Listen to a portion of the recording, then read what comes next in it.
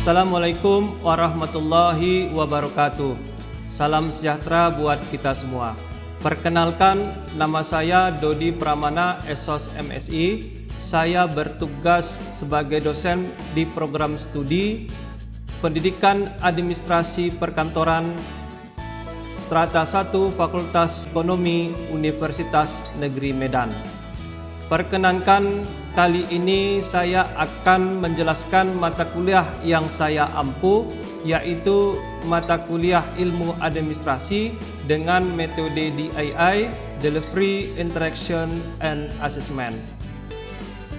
Video ini dibuat dengan tujuan untuk memenuhi salah satu persyaratan sertifikasi dosen tahun 2023, yaitu pernyataan diri dosen dalam unjuk kerja Tridharma Perguruan Tinggi atau PDD UKT PT, khususnya di aspek pengajaran.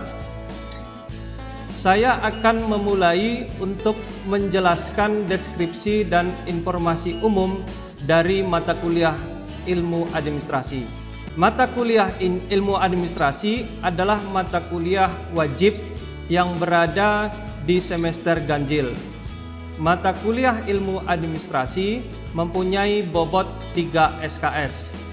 Bahasa pengantar dalam mata kuliah ini adalah bahasa Indonesia. Adapun tujuan mata kuliah ini, mata kuliah Ilmu Administrasi adalah mata kuliah yang bertujuan pentingnya ilmu administrasi dikarenakan pada setiap organisasi atau wadah administrasi sangat diperlukan keahlian administrasi untuk mengelola dan mengatur perencanaan dan kegiatan kerjasama antar anggota organisasi agar tujuan dari organisasi tersebut dapat berjalan lurus dan sebagaimana mestinya. Capaian pembelajaran lulusan program studi Pendidikan Administrasi Perkantoran Fakultas Ekonomi Universitas Negeri Medan yang dibebankan ke mata kuliah Ilmu Administrasi adalah sebagai berikut. Yang pertama, menunjukkan sikap bertanggung jawab atas pekerjaan di bidang keahliannya secara mandiri. Yang kedua, menguasai konsep teoritis ilmu administrasi. Yang ketiga, mampu mengaplikasikan, membuat desain, memanfaatkan ilmu pengetahuan dan teknologi, dan menyelesaikan masalah dalam bidang administrasi. Yang keempat, mampu mengelola bidang pekerjaan administrasi secara profesional dan bertanggung jawab. Capaian pembelajaran mata kuliah setelah mengikuti mata kuliah Ilmu Administrasi, mahasiswa mampu yang pertama memahami konsep teoritis, perkembangan, pengelompokan, dan paradigma ilmu administrasi. Yang kedua, memahami teori administrasi klasik dan non-klasik, organisasi, perencanaan, kepemimpinan, koordinasi, komunikasi, pengawasan, dan reformasi administrasi. Adapun sistem pembelajaran mata kuliah Ilmu Administrasi dilaksanakan dengan dua cara, yaitu sinkronus dan asinkronus. Sinkronus, sistem pembelajaran yang dilaksanakan tatap muka di kelas, dan asinkronus menggunakan LMS Learning Management System melalui aplikasi Sistem Informasi Pembelajaran Daring Universitas Negeri Medan dengan mengutamakan peran aktif dari mahasiswa dalam proses pembelajaran. Kemudian disusul dengan proses pembelajaran tatap muka, dilanjutkan penugasan mandiri dan penugasan secara berkelompok. Penugasan dikategorikan ke dalam 6 jenis. Yang pertama adalah tugas rutin, yang kedua adalah critical book report, yang ketiga adalah journal review, keempat adalah rekayasa ide, yang kelima adalah mini riset, dan yang keenam adalah tugas proyek. Metode pembelajaran pada mata kuliah ilmu administrasi ini adalah menggunakan dua metode. Yang pertama adalah metode case method, merupakan pembelajaran partisipatif berbasis diskusi untuk memecahkan kasus atau masalah. Penerapan metode ini akan mengasah dan meningkatkan keterampilan berpikir kritis untuk memecahkan masalah, kemampuan berkomunikasi, berkolaborasi, dan kreativitas.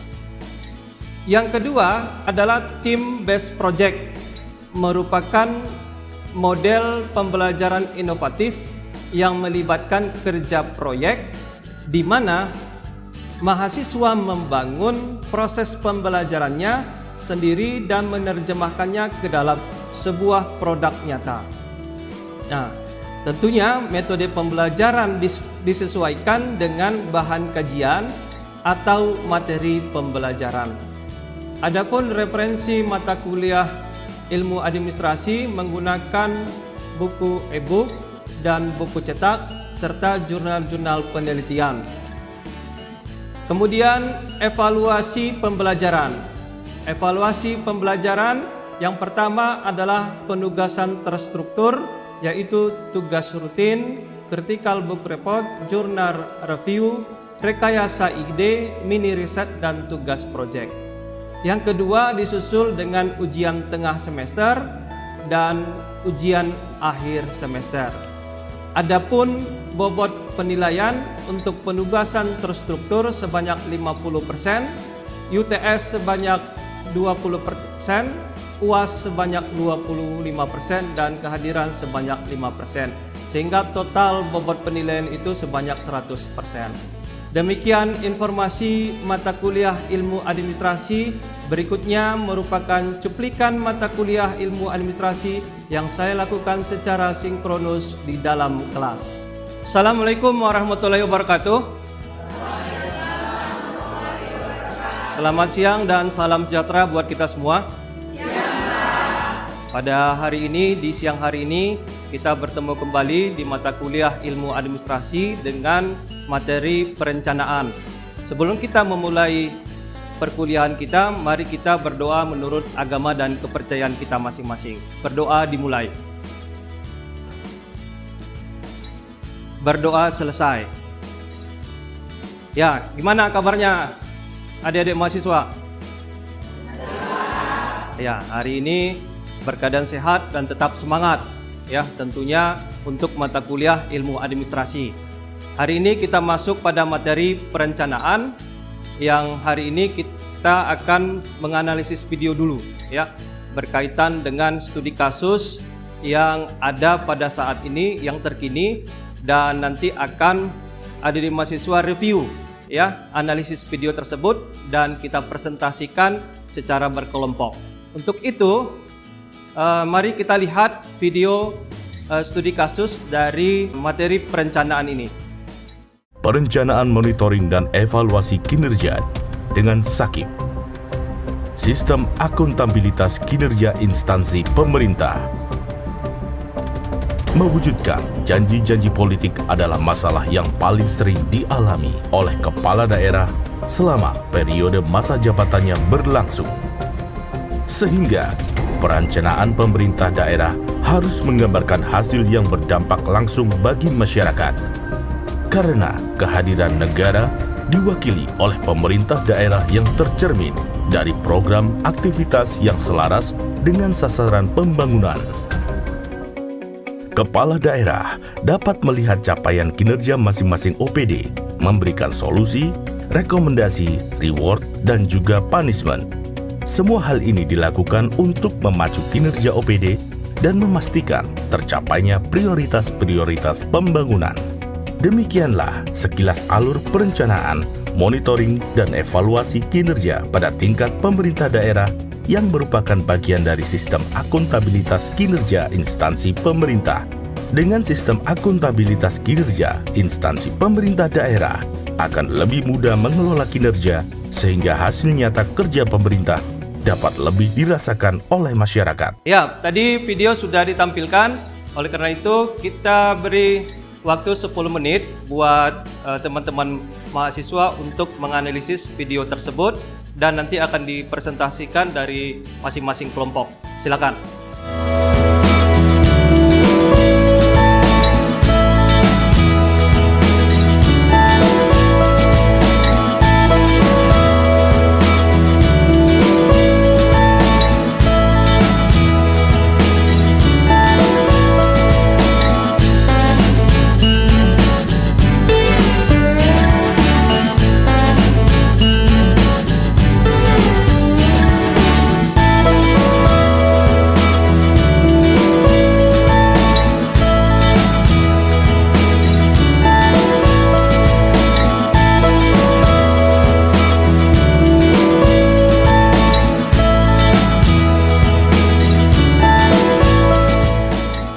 Oke, karena waktunya sudah selesai untuk menganalisis video, kita persilahkan. Mari kita dengar dari teman kita dari kelompok 1. Ya, untuk kelompok 1, silakan untuk menguraikan apa yang menjadi analisis video dari hasil diskusi dari kelompok 1. Silakan. Saya Melinda Natasha, perwakilan dari kelompok 1. Dari analisis video tersebut, menurut kami, maka bila dikaitkan dengan mata kuliah ilmu administrasi dan materi pembelajaran perencanaan administrasi berkaitan dengan peran kepemimpinan dalam membuat sebuah perencanaan dalam sebuah organisasi. Ya, langsung saja nanti ke kelompok 2, dilanjutkan kelompok 3, 4, dan 5. Saya Roto Simanjuntak, perwakilan dari kelompok 2. Adapun yang bisa kami pahami berdasarkan video tersebut ialah perencanaan berlandaskan visi dan misi dan menetapkan sebuah sasaran dan tujuan yang telah ditetapkan. Sekian dan terima kasih. Saya Fitriani Surbakti, perwakilan dari kelompok 3. Berdasarkan analisis video tersebut, maka dalam sebuah perencanaan menetapkan target kinerja organisasi. Sekian, terima kasih. Saya M. Hadi Pratama, perwakilan dari kelompok 4. Menurut analisis kami, berdasarkan video tersebut, dengan adanya perencanaan, maka landasan pengawasan dan sasaran bisa dijalankan dalam kegiatan organisasi. Sekian dari kelompok kami, terima kasih. Perkenalkan, nama saya Lani Sartika dari kelompok perwakilan dari kelompok 5. Adapun analisis dari video tersebut, penetapan evaluasi yang dilaksanakan berdasarkan perencanaan yang telah ditetapkan. Baik, terima kasih. Baik, tadi sudah disampaikan oleh teman-teman dari kelompok 1 sampai dengan kelompok 5 berkaitan dengan analisis video ya berdasarkan studi kasus. Oleh karena itu kita perkuat dengan teori ya berkaitan dengan perencanaan. Nah, yang pertama itu adik-adik sekalian kita perlu mengetahui berkaitan apa sih sebenarnya pengertian perencanaan ya. Perencanaan itu merupakan kegiatan yang harus didasarkan pada fakta, data ya dan keterangan konkret. Yang kedua, perencanaan merupakan suatu pekerjaan mental yang memerlukan pemikiran ya, imajinasi dan kesanggupan melihat masa ke masa yang akan datang.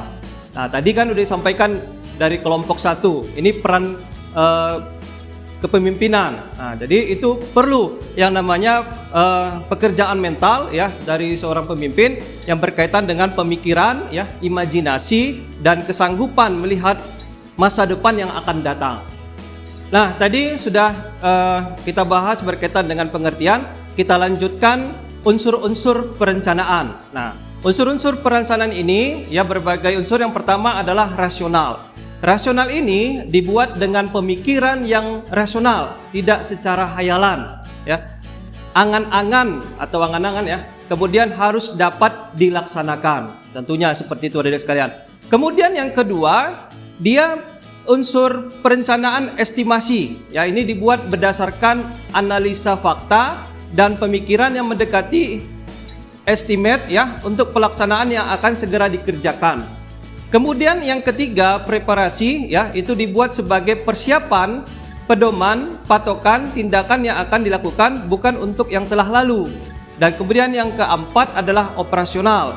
Itu dibuat untuk dilaksanakan untuk keperluan tindakan-tindakan kemudian dan seterusnya bukan yang telah lalu. Seperti yang disampaikan dari kelompok 2 tadi, bahwasanya ada strategi ya, ada strategi, ada perencanaan strategi yang harus ditetapkan melalui tujuan visi misi dari satu organisasi maupun perusahaan. Nah, Kita lihat berdasarkan fungsi perencanaan. Menurut Robbins dan Culture, bahwasanya perencanaan itu sebagai pengarah, ya. Perencanaan itu sebagai minimalisasi ketidakpastian. Kemudian perencanaan itu sebagai minimalisasi pemborosan sumber daya, ya. Kemudian perencanaan sebagai penetapan standar dalam pengawasan kualitas.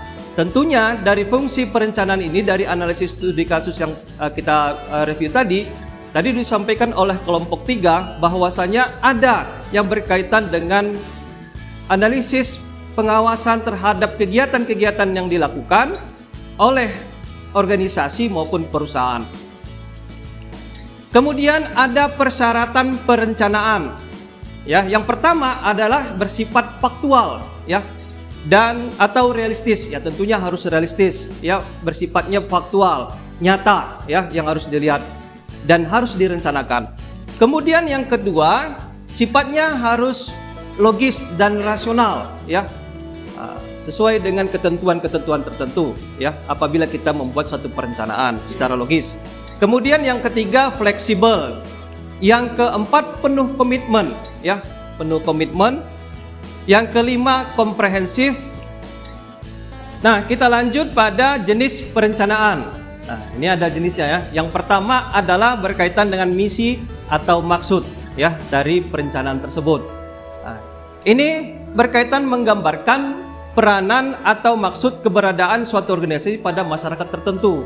Tentunya dia harus punya misi, ya, tujuan, ya, misi tersebut terhadap apa yang harus direncanakan. Kemudian yang kedua adalah tujuan. Ini merupakan titik akhir di mana aktivitas organisasi itu diarahkan, ya. Nah, strategi merupakan rencana umum atau pokok untuk mencapai tujuan tertentu, ya, tujuan dari organisasi tersebut. Oleh karena itu sebenarnya tujuan ini harus ditetapkan di dalam organisasi itu. Ada penetapan visi, ada penetapan misi, ada penetapan sasaran, dan ada penetapan tujuan, adik-adik sekalian. Nah, kemudian yang ketiga, jenis perencanaan yang ketiga ini adalah berkaitan dengan kebijakan, ya, kebijakan. Nah, ini merupakan pernyataan atau pemahaman umum yang membuat atau mengarahkan pengambilan keputusan. Jadi, kalau dia berkaitan dengan perencanaan kebijakan ini berkaitan dengan pengarahan pengambilan keputusan. Itu berdasarkan fakta, ya, data untuk pengambilan keputusan. Nah, kemudian yang keempat adalah perencanaan prosedur. Ini merupakan serangkaian aktivitas atau tindakan yang lebih mengarahkan tindakan, ya, bukan cara berpikir. Ini berkaitan dengan tindakan, ya, implementasi dari kegiatan tersebut. Prosedur, ada ketetapan, ya, yang harus dibuat oleh organisasi maupun perusahaan berkaitan dengan prosedur pelaksanaan perencanaan. Jadi tidak Bapak katakan tidak dibuat-buat, ya, berkaitan dengan prosedur dari perencanaan tersebut. Tentunya harus dibuat standarnya, standar prosedur dari perencanaan tersebut, adik-adik sekalian. Nah, kemudian yang kelima adalah aturan. Nah, perencanaan itu punya aturan, merupakan rencana yang dipilih dari beberapa alternatif untuk dilakukan atau tidak dilakukan. Nah, itu berkaitan dengan aturan, ya kan? Kebijakan, kemudian ada aturan. Perencanaan itu juga bisa kita buat dalam bentuk aturan. Nah, biasanya kalau di pemerintah daerah, misalnya peraturan daerah, ya kan, itu direncanakan dulu melalui kajian-kajian, ya, kemudian analisis data baru dimasukkan ke dalam yang namanya aturan, ya, peraturan. Nah, kemudian ada program. Nah, ini merupakan jaringan kompleks yang terdiri dari tujuan, kebijakan, prosedur, aturan, penugasan, langkah yang harus dilakukan, alokasi sumber daya, dan elemen lainnya berdasarkan alternatif tindakan yang dipilih. Ini sudah kompleks, ya. Semua dalam perencanaan program ini sudah kompleks, semua sudah ada di situ. Mulai dari, ya, penetapan tujuan, penetapan kebijakan, kemudian prosedur, ada aturan, ya, kemudian ada penugasan, ya. Dan kemudian itu harus dilakukan secara komprehensif sesuai dengan alokasi. Alokasi ini berbagai macam, ya. Terkhusus misalnya alokasi sumber daya manusianya, sumber daya keuangannya, ya kan, sumber keuangannya dan sebagainya, adik sekalian. Nah, yang ketujuh adalah perencanaan anggaran. Nah, ini selalu ya ada di dalam ruang lingkup organisasi maupun perusahaan. Nah, kalau di perencanaan anggaran ini merupakan rencana yang dinyatakan dalam angka ya. Nah, itu kalau misalnya untuk pemerintah adanya anggaran apa namanya? Ya, APBN kalau di pemerintah pusat, kemudian ada APBD ya untuk di tingkat kabupaten kota. Ya, di sini ada proses perencanaan, ada peta konsepnya. Ada di mahasiswa sekalian. Yang pertama adalah penetapan misi ya. Ini ada penetapan misi organisasi. Kemudian itu disusul pada tujuan strategis, masuk kepada rencana strategis ya. Kemudian setelah rencana strategis secara taktisnya dibuat rencananya ya. Kemudian ada tujuan taktis ya. Kemudian masuk pada tujuan operasional dan masuk pada rencana operasional. Itu kira-kira peta konsep yang Bapak sampaikan. Baik, kita lanjut kepada perencanaan yang baik. Nah, bagaimana sih sebenarnya perencanaan itu ya, yang bagus atau yang baik? Nah, yang pertama mengetahui sifat atau ciri prinsip rencana yang baik. Nah, itu indikatornya yang pertama adalah mempermudah tercapainya tujuan. Mempermudah tercapainya tujuan itu dibuat oleh orang yang memahami tujuan organisasi. Jadi untuk memahami tujuan itu ada orangnya yang memahami sebenarnya tujuan itu, terutama terkhusus bagi orang-orang atau anggota-anggota organisasi tersebut ya. Nah, kemudian yang berikutnya orang-orang yang mendalami teknik perencanaan. Jadi kalau di organisasi atau lembaga ada orang-orang yang yang memahami ya berkaitan dengan teknik perencanaan. Nah, disertai perincian yang teliti, tidak boleh lepas dari pemikiran pelaksanaan ya, bersifat sederhana, luas ya. Dalam perencanaan itu terdapat tempat pengambilan resiko tentunya ya. Setelah ada tindakan ya harus kita terima resiko yang diambil ya, atau yang datang kepada program atau perencanaan yang kita jalankan. Nah, kemudian bersifat praktis dan pragmatis. Dilanjutkan yang kedua adalah memandang proses perencanaan sebagai suatu rangkaian pertanyaan yang harus dijawab. Nah, ini ya. Apa, kapan, bagaimana, siapa, dan di mana. Ini maksudnya apa? Yang pertama, what, apa? Tujuan ya. Tindakan apa yang perlu kita lakukan? Ya. Yang kemudian yang kedua, kapan? Kapan waktu perencanaan tersebut ya? Kapan hal tersebut perlu dilakukan atau dilaksanakan? Yang ketiga, bagaimana ya? Ini cara mengerjakannya, bagaimana teknisnya dan sebagainya. Kemudian siapa yang melakukannya ya? Tenaga kerja, siapa yang melakukan pekerjaan tersebut?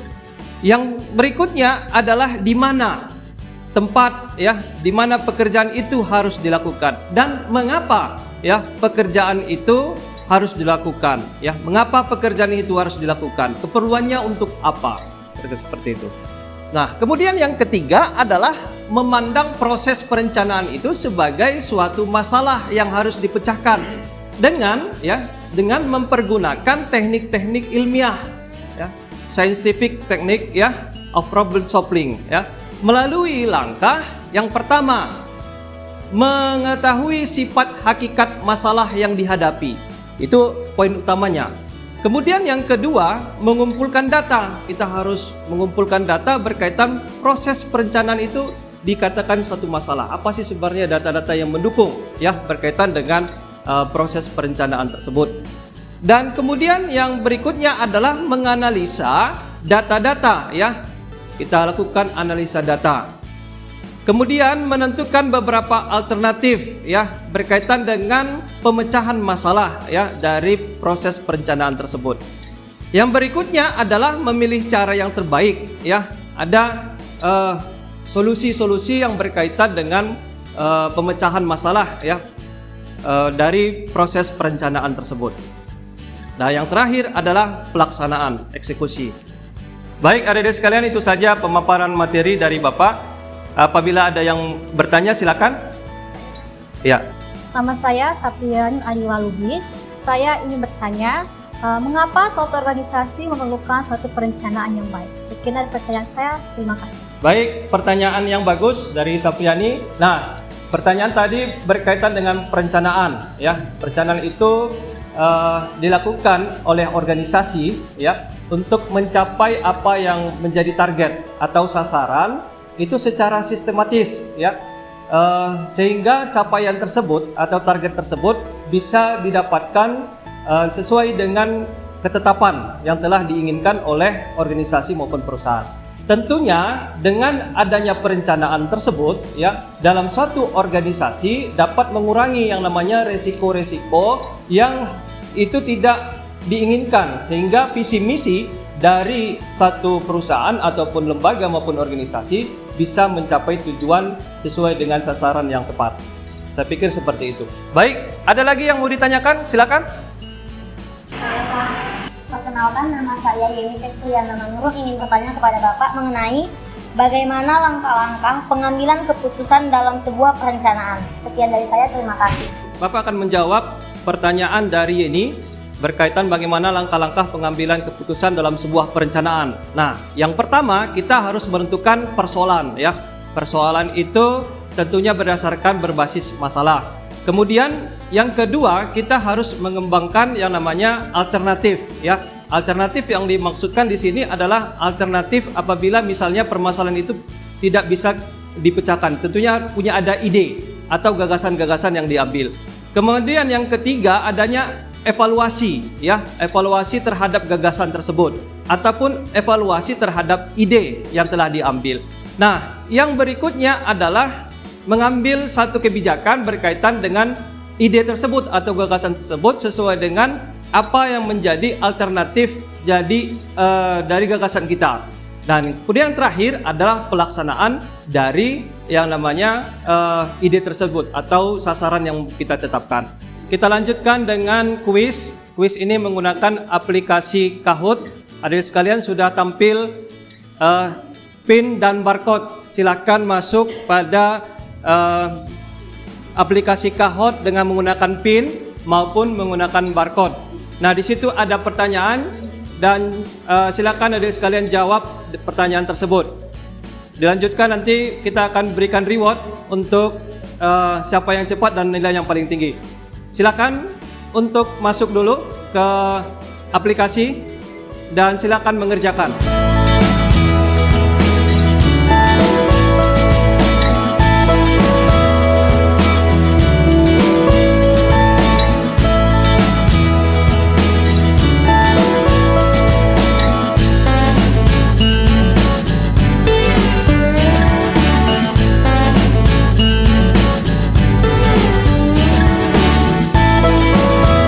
Posisi ketiga Muhammad Hadi, di posisi kedua Fahrizul Azmi, untuk juara satunya atas nama Salsabila dengan skor 8.623. Ya, ini juara satu. Dan kemudian dua untuk juara kedua, ya kan? Dan selanjutnya untuk juara ketiga. Ya. Berikan aplaus untuk mereka. Ya, silakan duduk.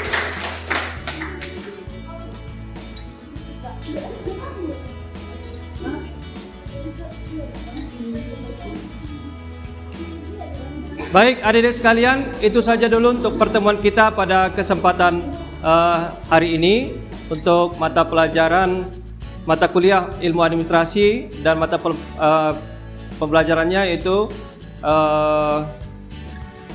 perencanaan.